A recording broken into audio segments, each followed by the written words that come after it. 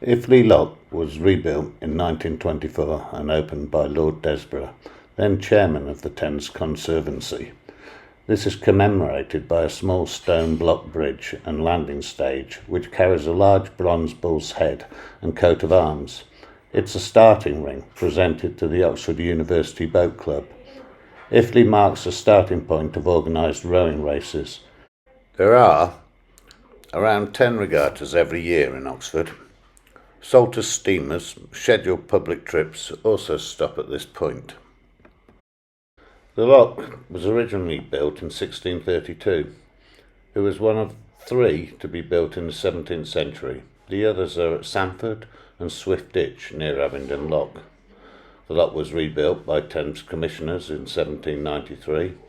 Improvements and enlargements were made in 1802 and 1806, and the stone lock house was built in 1810. The footbridge that can be seen to the left of the lower lock gates is known as Iffley Mathematical Bridge. This was built in 1924 as a tribute to the Queen's Bridge over the River Cam. Between Osley Lock and a point just downstream of Iffley Lock, the Thames also goes by its Roman name, the Isis.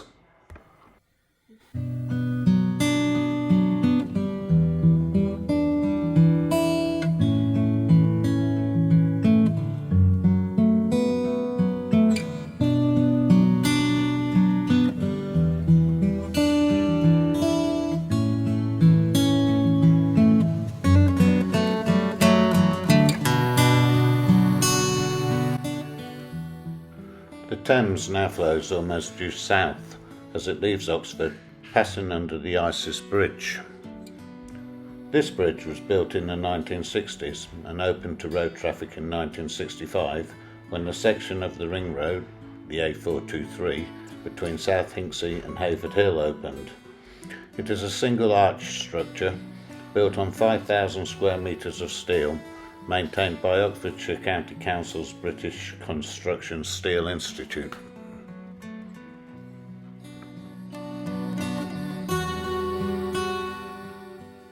A short distance further down the river we reach Kennington Railway Bridge. It carries the freight railway branch line that serves the BMW Mini factory at Cowley. The freight railway is part of the former Wickham Railway that linked Maidenhead and Oxford via High Wycombe and Princess Risborough. In 1844, the GWR, Great Western Railway, or God's Wonderful Railway, reached Kennington, but did not cross the river. In 1864, a wooden bridge over the river was built for the Wickham Railway, which linked up with the GWR at Kennington Junction. There is some possibility that this might just have been called Isis Bridge, not long before the current road bridge. No image of this 1864 bridge has been found. Sometime between 1864, when the bridge was wooden, and 1897, where archived footage clearly show it was iron, the bridge must have been replaced. The current bridge was built for the Great Western Railway in 1923. It is a steel bowstring bridge of 3 equal spans, each 83 feet or 25 metres long. The railway on the bridge is on a curve with a radius of 12 chains or 240 metres.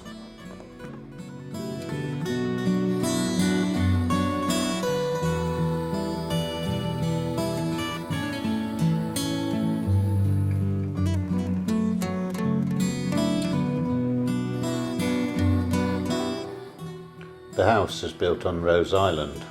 South of Rose Island we approach Sandford Lock, where the river splits, flowing either side of islands known as Fiddler's Elbow. The right-hand fork goes under the footbridge to the HydroPower plant and the weir known as Sandford Lasher.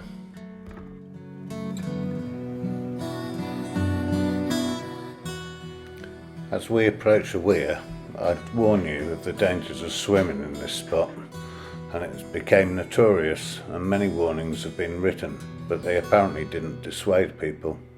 Charles Dickens Jr., in his Dictionary of the Thames, commented that the weir had almost yearly demanded its tale of victims, and it is almost inconceivable that people will continue year after year to tempt fate in this and other equally dangerous places.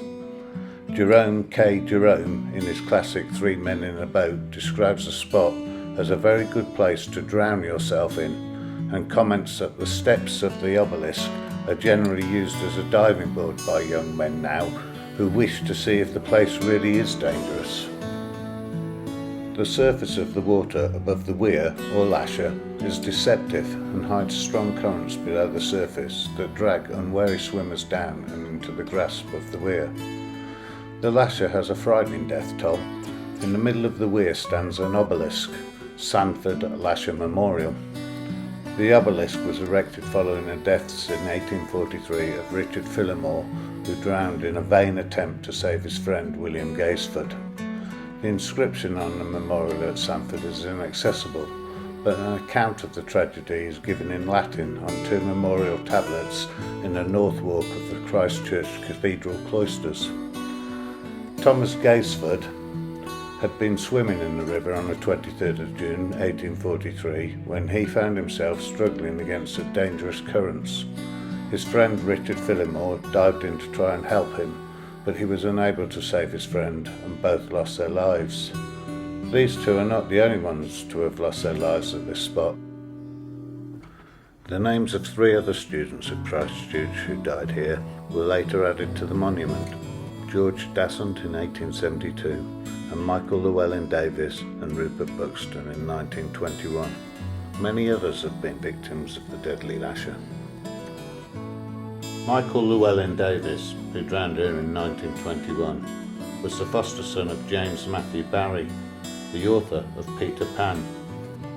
Michael is widely believed to be the inspiration for the character of Peter Pan, so for the boy who wouldn't grow up to die at such an early age is very tragic. Prior to the construction of the hydropower plant, the site went through rigorous ecosystem surveys to ensure it had minimal impact on the local wildlife. As a result, a fish pass was constructed and can be seen running up the side of the hydro plant. This is a system designed to enable all the species in the river to travel upstream beyond the weir for the first time in 400 years. The fish pass is an innovative design by Dr. Reinhard Hassinger from the University of Kassel, Germany. The channel was constructed at the same time as the hydro, from late 2016 to the autumn of 2017. It's the first of its kind in the UK, with a novel design combining concrete and naturalised sections, a resting pool with a volume of 120 cubic metres and spawning grounds. At the upstream and downstream end of the pass are technical sections comprising brush and baffle components set at a gradient of 5%. Between these two technical sections are 120 metres of a natural gravel-lined channel at a gradient of 1 in 160. This provides additional stream habitat, including spawning and nursery habitat for a variety of fish species.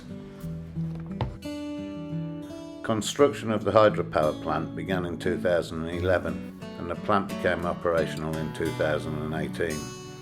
It uses the head of water provided by the Weir and Sandford Lock. The lock has a fall of 8 foot 10 inches or 2.69 metres. This is the largest of any of the locks on the Thames.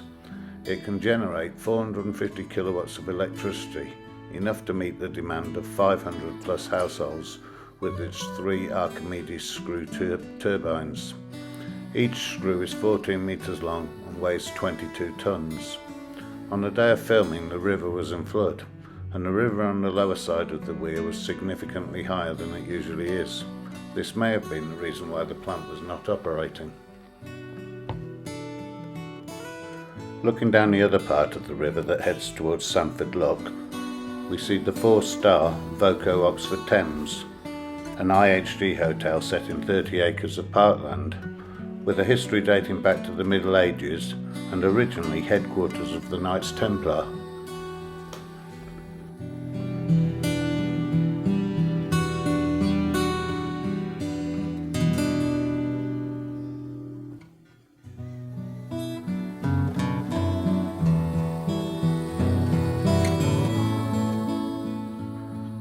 Across the river, opposite the hotel, the Thames Path crosses a channel linking the lock section of the river with the main lasher weir and hydroplant section through Fiddler's Elbow.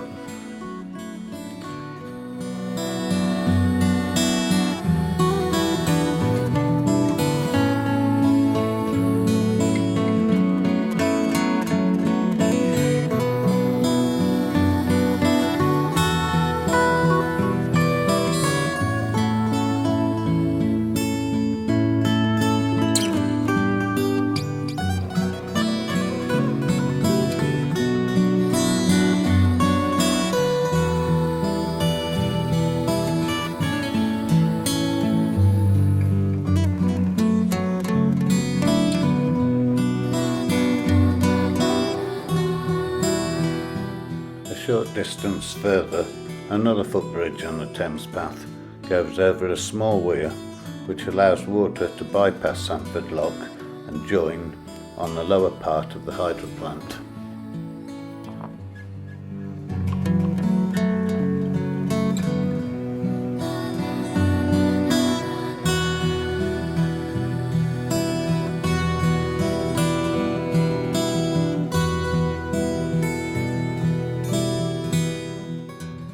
Sandford Lock, the King's Arms and Sandford Mill now come into view. The first pound lock was built in 1631, however this has since been rebuilt in 1795 and 1836. Over the years the lock has had many modifications and updates, and little of the original remains. As mentioned previously, the lock has the deepest fall of all the locks on the Thames at 8 foot 9 inches.